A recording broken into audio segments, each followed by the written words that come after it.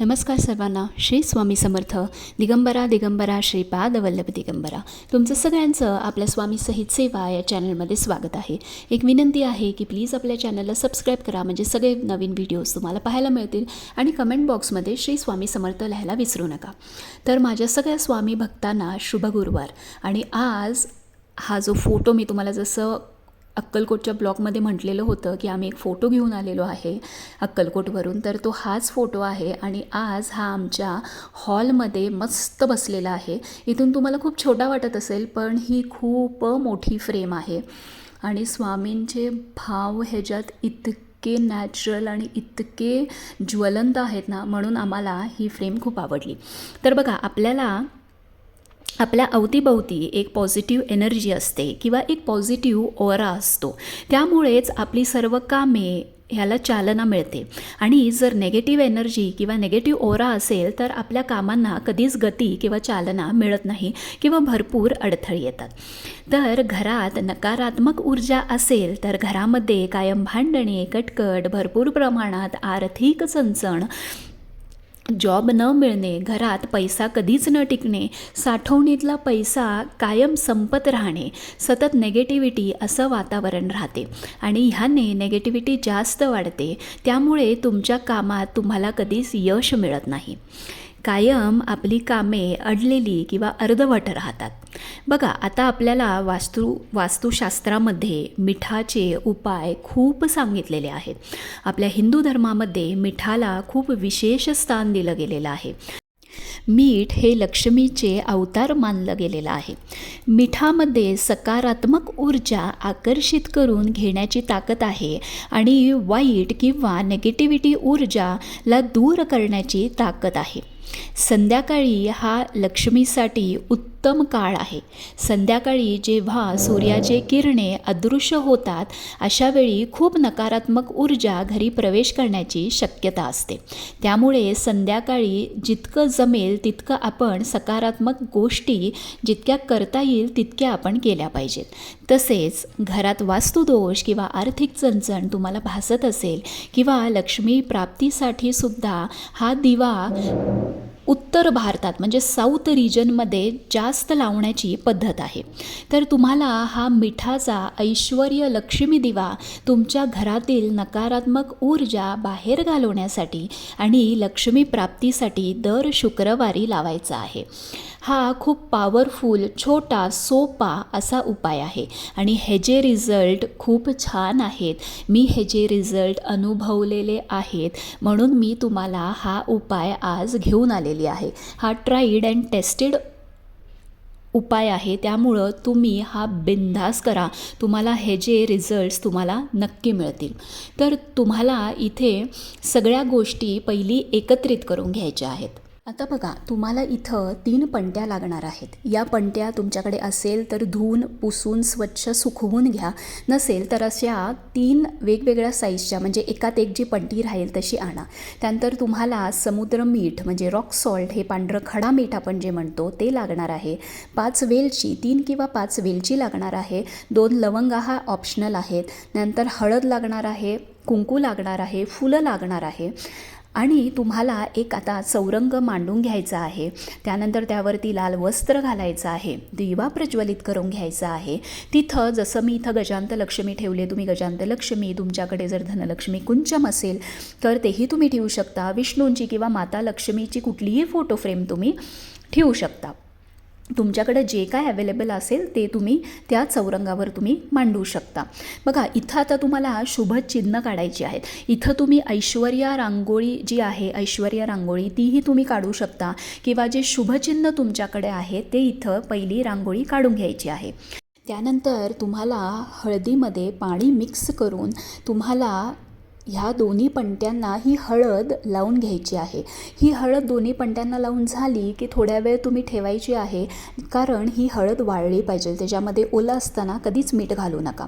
या दोन्ही पणत्यांमध्ये छान हळदीचं लेपन करून घ्या आणि त्या सुकवून घ्या.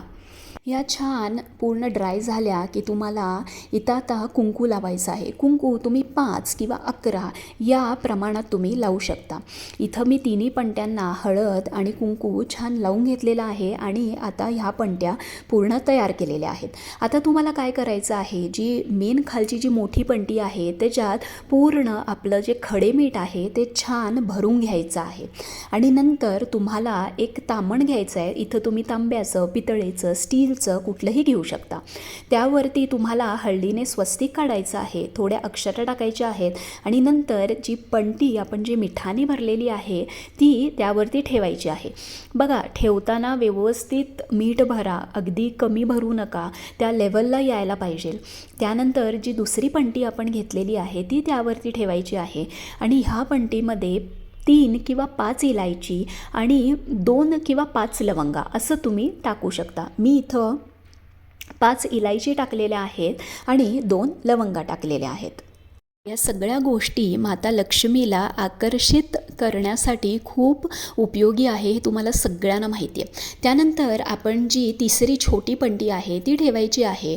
2 लांब समईच्या वाती घ्यायच्या आहेत आणि ती वात आपल्याला त्या पणतीमध्ये ठेवायची आहे. बघा, इथं आता ऑप्शनल आहे, तुम्ही तुपाचाही लावू शकता, गाईच्या तुपाचा, किंवा तुम्ही जे देवाचं तेल असेल त्याचाही लावू शकता. इथं मी तिळेल तेलाचा प्रयोग केलेला आहे.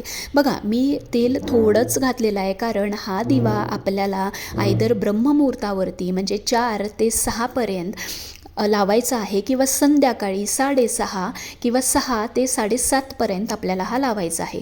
आणि हा दिवा आपल्याला 1 तास ठेवायचा आहे. तुम्ही जर संध्याकाळी लावला तर अतिशय उत्तम, कारण लक्ष्मीची वेळ संध्याकाळीच येण्याची असते. तर तेवढ्याच प्रमाणात तूप किंवा तेल घाला जेवढं 1 तासभर हा दिवा प्रज्वलित राहू शकेल. तुम्ही जर 1 तासानंतरसुद्धा जर त्याच्यामध्ये तेल किंवा तूप जर असेल तर तुम्ही एक फूल घेऊन तो दिवा तुम्ही शांत करू शकता. अजिबात काही घाबरायची गरज नाही. बघा, इथं मी आता विड्याची पानं जस्ट शोसाठी लावलेली आहे, म्हणजे सजावटीसाठी लावलेली आहे. कारण बघा, जेवढं माता लक्ष्मीला नीटनेटकेपणा, स्वच्छता आणि खूप छान सजवलेलं असं माता लक्ष्मीला खूप प्रिय असतं. त्यामुळं कधीही आपण लक्ष्मीपूजनसुद्धा जेव्हा करतो तेव्हा आपण खूप छान आपल्या त्या पूजेला सजवतो किंवा मांडणी आपण पूजेची खूप छान करतो. त्यामुळे मी इथं अशी विड्याची पानं 5 ठेवून घेतलेली आहेत.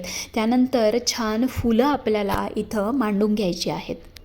त्यानंतर आपल्याला हा दिवा प्रज्वलित करून घ्यायचा आहे. बघा, हे सगळं करताना तुम्हाला आयधर तुम्ही श्री सूक्त म्हणू शकता किंवा तुम्ही महालक्ष्मी अष्टकम म्हणू शकता किंवा श्रीम हा म्हणू शकता किंवा ओम श्रीम श्रीये नमः हा जप तुम्ही म्हणू शकता किंवा तुम्ही लक्ष्मी गायत्री मंत्र किंवा विष्णू गायत्री मंत्र, हे सगळं करताना ह्यातलं काहीही तुम्हाला जे आवडेल ते तुम्ही म्हणू शकता. त्यानंतर दिवा शांत झाल्यानंतर इथं तो दिवा काढून घ्यायचा आहे.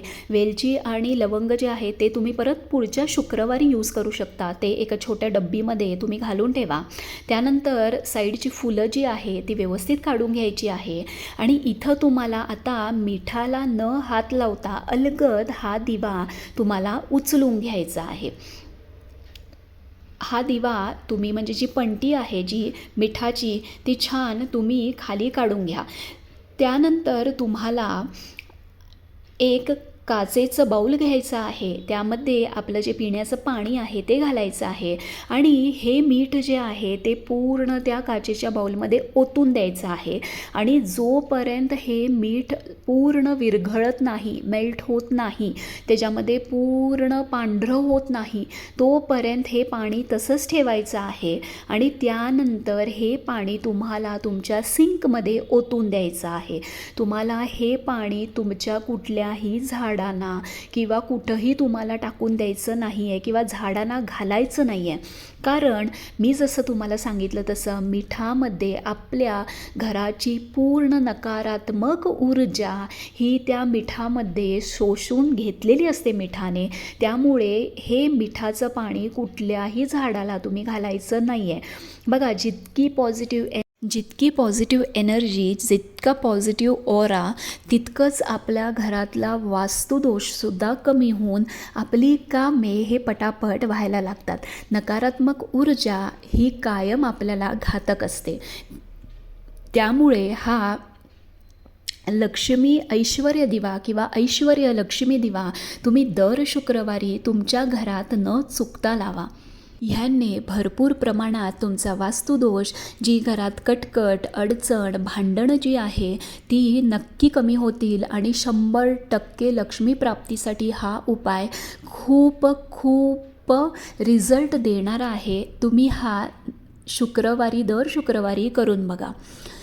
श्रद्धेने करा, खूप मन लावून करा, रिझल्ट तुम्हाला नक्की मिळतील. काही प्रश्न असतील तर कमेंट बॉक्समध्ये नक्की विचारा. श्री स्वामी समर्थ.